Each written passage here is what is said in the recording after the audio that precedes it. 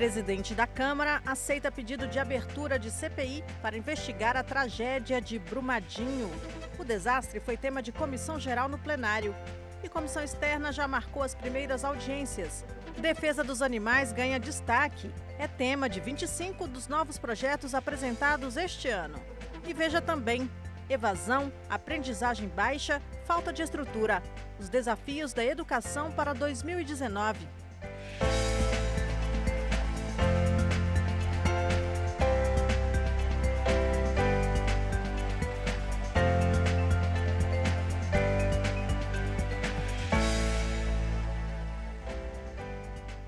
Será sobre a tragédia de Brumadinho a primeira comissão parlamentar de inquérito da nova legislatura. O pedido foi aceito nesta quarta. O presidente da Câmara, Rodrigo Maia, autorizou nesta quarta-feira a criação de uma comissão parlamentar de inquérito para investigar as causas do rompimento da barragem em Brumadinho, Minas Gerais. O acidente, que aconteceu no dia 25 de janeiro, deixou centenas de mortos e desaparecidos. O pedido de criação da CPI foi feito pelo PSDB, Democratas e PSL e contou com a assinatura de 194 deputados. Depois de instalada, a comissão terá um prazo de 120 dias para concluir os trabalhos de investigação. Se necessário, o prazo pode ser prorrogado por mais 60 dias por deliberação do plenário. O objetivo da CPI de Brumadinho é apurar o crime que aconteceu naquela região. Nós temos hoje uma tragédia que foi anunciada, então a prioridade é de fato descobrir quem são os culpados e, junto com isso, obviamente, elaborar uma legislação que dê mais segurança para esse tipo de atividade. Brumadinho também foi tema de comissão geral, quando o plenário se reúne para discutir um tema que mobiliza o país. O rompimento da barragem da mineradora Vale, em Brumadinho, Minas Gerais, no dia 25 de janeiro, deixou 165 mortos e ainda mais de 150 desaparecidos. Quem vive lá veio à Câmara dos Deputados falar do que aconteceu. Na minha horta que eu vivo, foram tirar 32 mortos. Isso é na minha horta, mas no geral já perdemos as contas. E nós só pedimos responsabilidade. Porque como vamos viver agora para frente? A Vale está assediando as pessoas, com advogados falando para assinar papel e fazendo ações assim que violam ainda mais os direitos humanos já violados pela empresa. O prefeito de Pará de Minas quer que a Vale garanta água para o município, que fica às margens do rio Paraopeba e tem 100 mil habitantes. A população não pode ficar desabastecida. Além da população, nós temos todo o complexo industrial. O medo é que Brumadinho seja esquecida, como Mariana. 3 anos depois, o que nós temos é uma fundação criada pelas mineradoras que gasta mais de 250 milhões de reais por ano para se manter e até hoje não fez nenhuma casa em Mariana. Deputados de vários estados participaram do debate na comissão geral realizada no plenário. Entre eles, integrantes da comissão externa já criada para acompanhar o caso e a autora do pedido de CPI para apurar as responsabilidades. Por que não foi feita uma CPI de Mariana? A gente vai ficar aguardando outras e outras tragédias? Mas a instalação da CPI gerou polêmica. Eu já trago aqui a proposta também da bancada mineira, fiquei de apresentar, com as assinaturas necessárias da Câmara e do Senado para uma comissão parlamentar mista. Não é possível, já temos as assinaturas, não é possível fazer 2 comissões. Uma no Senado, uma na Câmara. A bancada mineira estava em peso no plenário, se revezando na presidência da sessão e na tribuna. Além da CPMI, os deputados querem um esforço concentrado até o final de março para modificar as regras de mineração. Antes da reforma da Previdência, vamos cuidar de resolver primeiramente a questão de Brumadinho e das barragens. Que a mineração continue produzindo para Minas Gerais emprego, que a mineração continue produzindo para Minas Gerais bem-estar para as pessoas, mas absolutamente, nós não precisamos de conviver com esse tipo de desastre que ocorre. E a comissão externa que analisa o caso de Brumadinho marcou as primeiras audiências. Já começa nesta quinta-feira. A comissão externa que acompanha a investigação do rompimento da barragem de Brumadinho, em Minas Gerais, aprovou nesta terça-feira requerimentos de ações, como a realização de audiências públicas e pedidos de informações à mineradora Vale. Visitas técnicas a órgãos públicos para buscar informações sobre este crime socioambiental. Pedidos de informação, por exemplo, para a Vale, sobre as comunidades que estavam na área de salvamento da barragem que se rompeu na mina do Córrego do Feijão. E também requerimentos para audiências públicas, sobretudo com as comunidades atingidas. Na reunião foi lida a Carta de Brumadinho, redigida na sexta-feira, em debate com autoridades locais e a população afetada. A carta defende mudanças na Lei Candir, que isenta de ICMS as exportações de minérios. Em relação à Lei Candir, ela foi criada em 96 para motivar e incentivar a exportação de produtos primários, nós queremos separar o agronegócio da exploração minerária. O minério é uma riqueza do povo brasileiro, então é preciso que tenha sim mais impostos, porque as riquezas do nosso solo não podem ser voltadas contra a vida e contra o meio ambiente. A Carta de Brumadinho também defende mudanças na Política Nacional de Segurança de Barragens e propõe a criação de um fundo de compensação para reparar os danos ao meio ambiente e às comunidades afetadas. O objetivo nosso, dos membros da comissão, do coordenador e nós na relatoria, é entregar um projeto, as leis que possam ser votadas, que se não vão proibir ou inibir o acontecimento de novos desastres, pelo menos vão minimizar a chance deles acontecer. A gente quer que isso seja votado no final de março, mais tardar no início de abril, para a gente ter uma legislação, um marco regulatório definitivo de mineração que passa a ter como base essa Carta nossa de Brumadinho.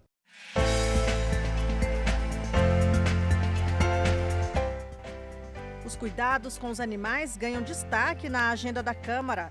Dos novos projetos apresentados em 2019, 25 têm este tema. Eles são uma importante companhia para as pessoas, em casa e nas caminhadas diárias. Muitos contam com clínicas especializadas para os cuidados com a saúde e com a aparência. Mas outros sofrem maus tratos e até violência física, apesar dos voluntários que se dedicam a resgatar e abrigar os bichos que vivem nas ruas. Os direitos dos animais domésticos hoje são uma causa importante para a sociedade e fazem parte da agenda legislativa. Na Câmara, só na legislatura que começou agora em fevereiro, já foram apresentados 25 projetos que tratam da defesa dos animais. 21 deles de autoria do deputado Fred Costa, do Patriotas de Minas Gerais. De acordo com os projetos do deputado, os pets não poderiam mais ser leiloados para o pagamento de dívidas, como ocorre com os animais de fazenda, e passariam a ter regras para a definição da guarda, em caso de separação do casal de donos. Nenhum condomínio residencial ou comercial poderia criar regras para restringir a permanência de animais de estimação. Eles também não poderiam mais ser vendidos em pet shops, lojas agropecuárias e mercados, e passariam a contar com uma rede de hospitais públicos e postos de saúde veterinários. Esses estabelecimentos e as clínicas privadas ficariam obrigados a comunicar imediatamente qualquer sinal de maus-tratos para a polícia. Mas o deputado diz que a principal luta é por um projeto que já foi aprovado na Câmara e agora está no Senado. Prioridade para nós, protetores de todo o Brasil, é mudar a legislação que hoje nós denominamos da impunidade. Hoje é previsto para quem comete crimes de maus tratos apenas 3 meses a 1 ano de detenção, que é transformado quase que invariavelmente em pena alternativa de direito para ser mais objetivo em prestação de serviço ou fornecimento de cesta básica. O que eu proponho é de 1 a 4 anos de reclusão. Dessa forma, nós vamos garantir que quem comete crime contra os animais estará preso verdadeiramente.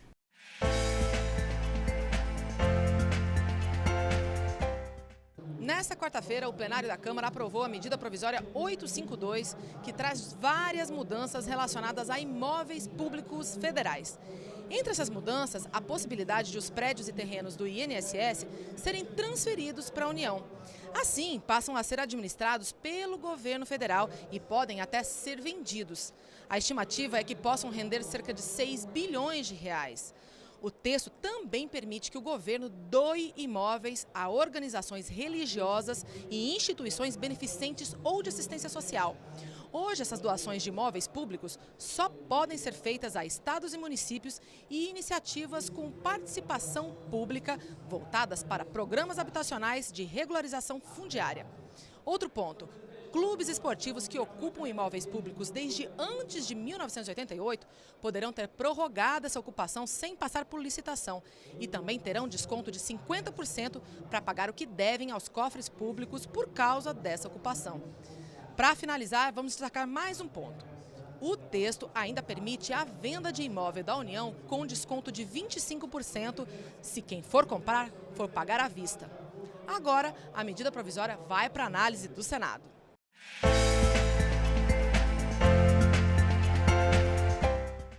Câmara dos Deputados, quarta-feira, 13 de fevereiro.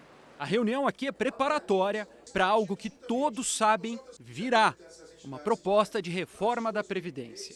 PSB, PCdoB e PDT, 3 partidos de esquerda, estão tentando construir uma posição em um discurso só. Queremos discutir essa linha de corte, queremos discutir um modelo que realmente defina direitos e garanta os mesmos para quem já tem muito poucos e que, claro, garanta a participação de todos nesse processo de discussão. Na sala ao lado, a bancada militar na Câmara dos Deputados. Nossa primeira reivindicação é que não seja pautada a Previdência dos militares junto com a reforma da Previdência dos civis e iniciativa privada.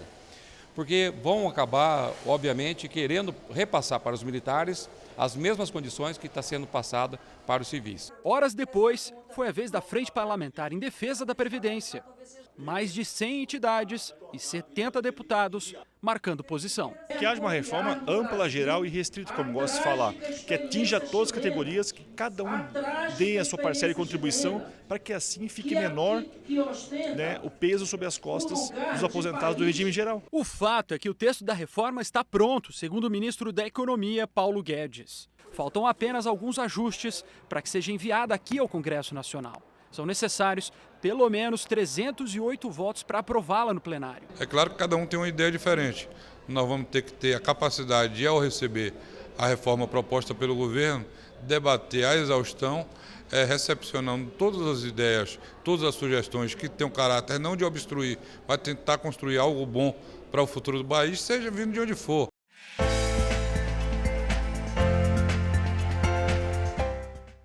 É hora de saber as prioridades dos líderes partidários para 2019. Nós temos que estar preparados para debater muito bem a reforma da nova Previdência e poder dá-la aí como concluída, no máximo até o final desse primeiro semestre. Nosso partido tem aí a prioridade na área da segurança pública. Nós temos vários parlamentares que é do segmento da segurança pública e temos aí essa pauta para ser debatida e encaminhada aqui dentro da Câmara dos Deputados em relação à segurança pública. Aqui realmente é o espaço para debater todas essas situações e chegarmos aí a uma conclusão de aprovação ou de recusa, mas eu acho que a gente não pode fugir ao debate de qualquer uma questão que é trazida pela sociedade, que é desejo da sociedade. A interlocução com o Congresso Nacional vai aumentar, essa é a tendência.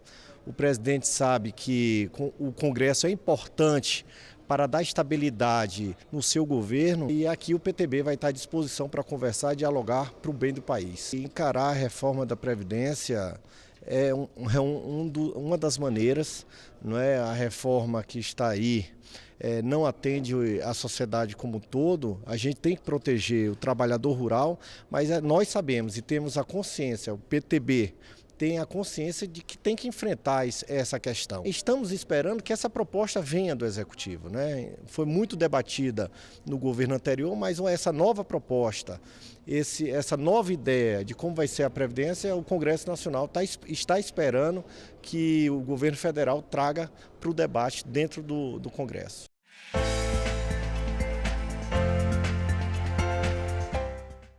Aprendizagem falha, evasão elevada, ensino sem estrutura. Não são poucos os desafios da educação para o governo e legislativo em 2019. Metas já existem. Basta consultar o Plano Nacional de Educação, o PNE, discutido e aprovado aqui no Legislativo. Lá estão os objetivos a serem atingidos ao longo de um período de 10 anos. Até 2024, com um investimento mínimo de 10% do PIB. Entre as metas, aumentar o acesso à escola e valorizar os professores. Nós sabemos que nós precisamos aí ter condições de pagar melhor os nossos professores, de ter mais escolas de tempo integral, mais infraestrutura para a prática de esporte nas nossas escolas, que isso ajuda a combater a evasão escolar. Nós precisamos aí de ter condições de valorizar o profissional, o professor mais qualificado, incentivar para a sua qualificação, dar um salário maior para que ele tenha tempo de preparar suas aulas e não precise ter aí uma tripla jornada de trabalho. Nós estamos naufragando na tentativa da implementação do Plano Nacional de Educação e as metas ali estabelecidas não serão possíveis por vários fatores. Um deles, talvez o principal, a retirada de recursos. Sem dinheiro não dá para fazer política pública. Para quem não participou da elaboração do PNE, como deputados recém-chegados, partidários do novo governo, a visão é outra. Acho que o principal desafio da educação é a gente inverter a pirâmide de investimentos, né? Hoje você tem 4 vezes o investimento do ensino superior que você tem no ensino básico. Essa pirâmide precisa ser invertida. Não adianta a gente querer começar a construir a casa pelo telhado, porque aí começa a cair telha na cabeça de todo mundo. Precisa começar pelo alicerce. E hoje metade dos brasileiros não termina nem sequer o ensino médio. Não tem cota que resolva esse problema. A cota não ensina a ler, não ensina a escrever. O cara que não termina o ensino médio nunca vai ter oportunidade de estar na universidade. Então, para beneficiar principalmente os mais pobres que hoje pagam a universidade dos mais ricos, a gente precisa inverter. E esse é o maior desafio, porque para inverter a pirâmide a gente precisa cobrar mensalidade nas universidades públicas de quem pode pagar. E vai ter uma resistência grande nisso. Mas o que diz o PNE? A meta é ter ao menos metade das crianças de até 3 anos em creches. O que mostra a realidade? Menos de 1/3 foi atingido, e de forma desigual.